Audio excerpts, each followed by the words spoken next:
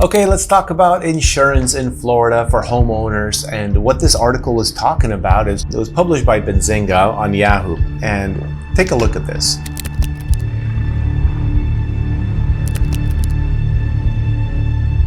Hey, this video, I'm going to talk about 5 things that you may need to reconsider if you're thinking about moving to Florida, or things that you should just be aware of. Not everything is necessarily bad, but it might be bad for you. So let's get right into this. Number 1 is interest rates, and you probably already know about this. Interest rates are high, but how does this affect you moving to Florida?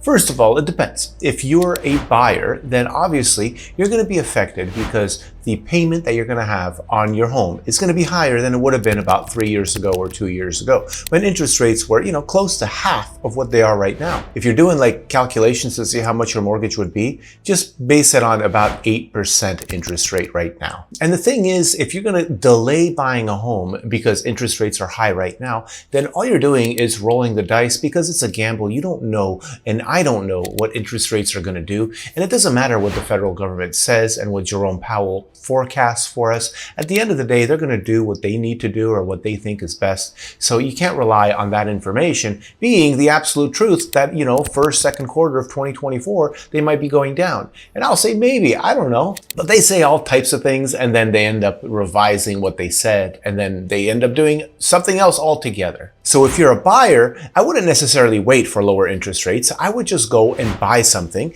and then refinance when the rates go low. And you may be asking why. And that's because when interest rates do fall, there's a lot of people sitting on the sidelines, not buying a house right now, waiting for those interest rates to fall. And then when they do fall, they're going to buy. So our inventory is going to go down significantly if we have a sharp decline in interest rates. So if you need a home, you need a roof for your family or for yourself, just go and buy something and then refinance it later. If you can qualify today at 8% interest rates, then you're going to have a very low payment when you refinance. But now, how do interest rates affect you as a renter?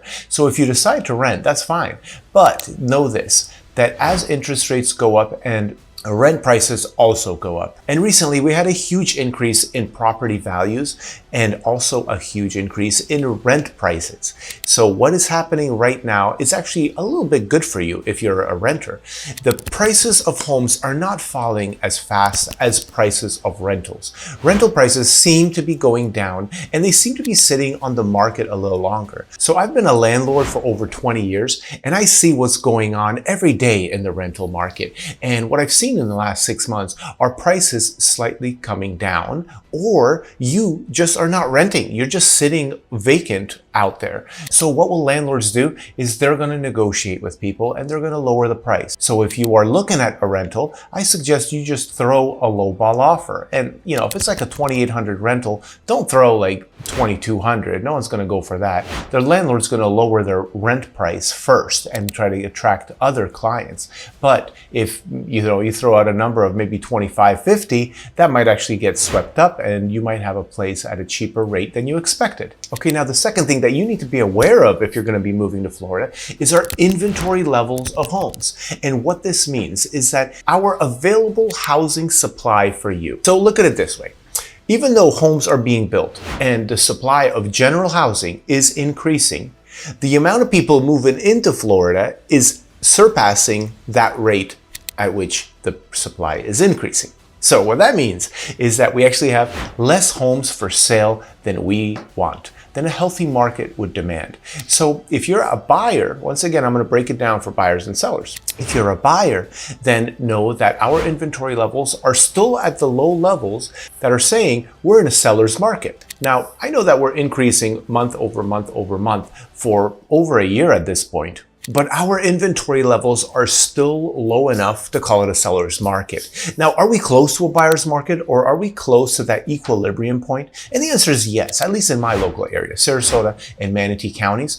This past month's supply was about 4.4 months. And at 5.5 months supply to 6 months, that range, that's called an equilibrium in the market. That is like a healthy market. That's not a seller's market, not a buyer's market. So know that If you are going to be moving in about 6 months, we might actually be in that healthy level, or we might even be in a buyer's market. And what that means if you're a buyer is that you have so many homes available to choose from that you get to dictate a little bit more on the price or on the concessions that you get.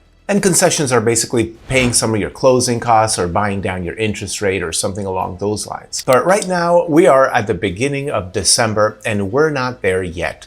We are gonna be there, I think, probably in about April or May, maybe March. We'll see what happens with our inventory, but it has been increasing and we had a 9.2% increase from September to October. That was a pretty big increase that I was not expecting. And as a renter, the inventory is going through the roof. I am seeing so many homes go up for sale. I think partially because a lot of people are eliminating their Airbnb and going into annual rentals. That's one thing that I'm seeing. I know that Airbnb is a great business model, or let's just call it short-term rentals. It's a great business model, but a lot of people just realize it's kind of like a job. You know, it's a lot less of a passive income stream than it is an active income stream. And I can definitely agree that it is an active income stream having an Airbnb and having had more Airbnbs in the past. I much prefer the annual rentals as a landlord, but you as a tenant, just know that there are a lot of options out there and they may not be perfect for you. Maybe none of them are perfect for you, but just know that there's more and more coming on the market and the supply is getting diluted and the prices are coming down. And that's why prices are coming down, by the way,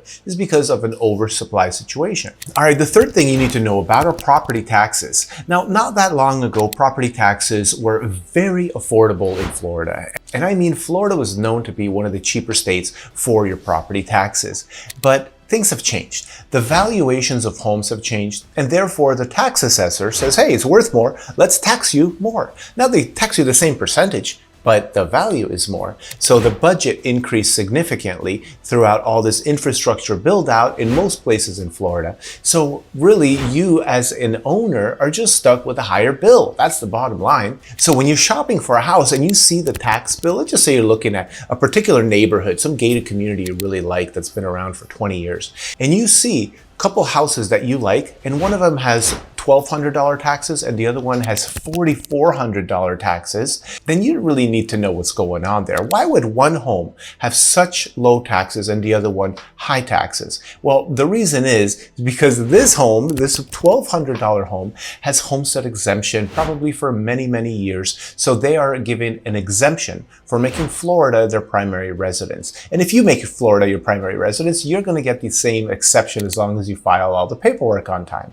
But this property here at $4,400 might actually be a rental or maybe a seasonal home or just someone who purchased it recently and they have not had the benefit of homestead exemption. They might actually be completely equivalent houses. One is not better or valued more than the other. They might be listed at the same price, but the property taxes for you as a buyer, they're going to get reset when you purchase. You're not going to inherit the low taxes of this homestead exemption, and you're not going to inherit the high taxes of this property owner. They're going to reset it for you, and you're going to pay the full market value, and then you file homestead exemption and you get some discounts, and then in the long run, in the future of like the years compounding over years, that's where you really benefit from homestead exemption. Now, the good news is Florida is not like the most expensive state. We very well know that Texas is a really high tax state for property taxes, and also know that California is as well, and so is New York.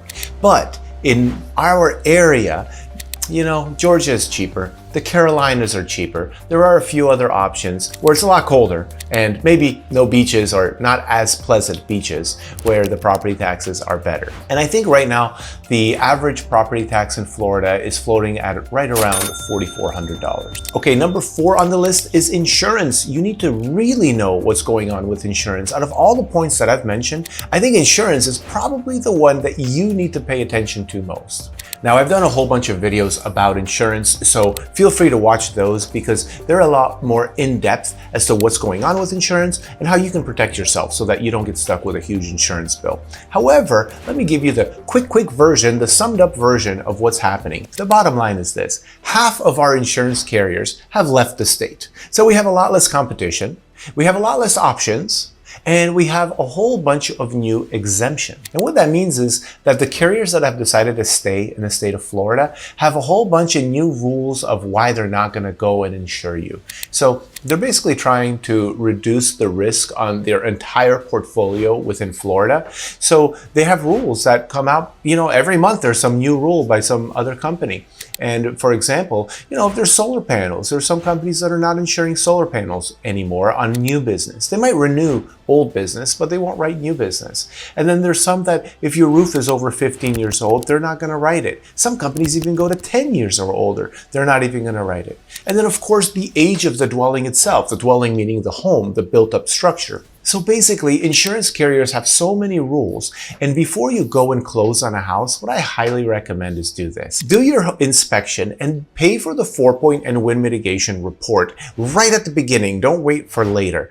Do it within your inspection time frame. And then go get some quotes. And at least you will know how much your insurance will be. And you're not going to suffer from a sticker shock. The prices of insurance has gone up significantly. On my own properties, I have seen increases 30% to 150% year over year. That's a pretty big increase that I wasn't planning for, but who was planning for that? Who was planning for the insurance companies to leave the state, and who was planning for Hurricane Ian causing a lot of damage and other hurricanes as well? A lot of homes out there are not insurable, or they're insurable only with Citizens, which is the insurer of last resort. It is a government-sponsored company that basically cannot go out of business, cannot leave the state. So they're taking over a lot of policies. When these companies leave the state, Citizens ends up taking over a lot of policies. And it's not a good thing for the long run of Florida, because one catastrophic event will cause the funds that Citizens has for repairs and payouts to be diminished, maybe even go into negative. New legislature will come out, and we're going to just have a whole bunch of problems. So what I recommend is this: just buy a new house. Buy a house that's 5 years or newer. That's really when you're not going to have problems. And if you want to look for a house that's 5 years or newer, just click the link below. I do have my website link there. You're going to have to sign up, but you'll be able to kind of browse through everything that's out there. Okay, now the fifth thing I wanted to warn you about are rentals, and we've kind of touched a lot already on rentals, but just the final little thing I want to say about them is that rentals are a little bit risky. Florida is a landlord state, it is known to be very friendly to landlords. And let me just give you an example or two of what can happen. If you're in a lease, then the landlord can't evict you unless you don't pay rent or, do something to the property. But if you're in a month-to-month rental, which I do not recommend, I always recommend you get in a 1-year lease. It's really for your benefit and the landlord's benefit. It kind of protects everybody. But let's just say you're here and you're like, hey, I'm going to buy a house. I need a month-to-month rental. Well, here's what can happen. They can actually evict you or non-renew you, more specifically, by giving you a 15-day notice. So literally, you've paid and you've moved across country or wherever you're from, and now you're renting, and then, the landlord decides to sell, or maybe they found someone else to rent it for more money. And now they just give you a 15-day notice for you to move out, and you have to move out, okay? Like I said, the law is a little bit skewed towards the landlord side, which, by the way, is great if you want to invest into real estate and be a landlord. I've been doing it for 20 years, and I love being a landlord because it's really a great active income stream. It is not passive like everyone thinks, but anyway, that's a different conversation. But when it comes to you being a tenant, there are laws that protect you. Of course, you're not going to be left in shambles here, but there's some things that you need to know, and that is, one, get into a lease agreement that is a written lease agreement for at least a year or at least 6 months and a day, because then there's transient occupancy taxes and there's taxes to the state of Florida. You don't want to go through all of that, and you won't know until it's too late, The other thing that I've seen, and this is not necessarily, nationwide, but there's a lot of bad landlords out there. There's a lot of people who had a home, they lived in it, and then they bought the next house and decided to rent the old one. And they don't know what the law looks like. They don't know how to properly care for their property for the tenants. They think that the tenants are responsible for everything, or they don't repair anything. There's just a lot of landlords that, charge full price and then don't do the minimum obligations that they have to do. So you have to be careful.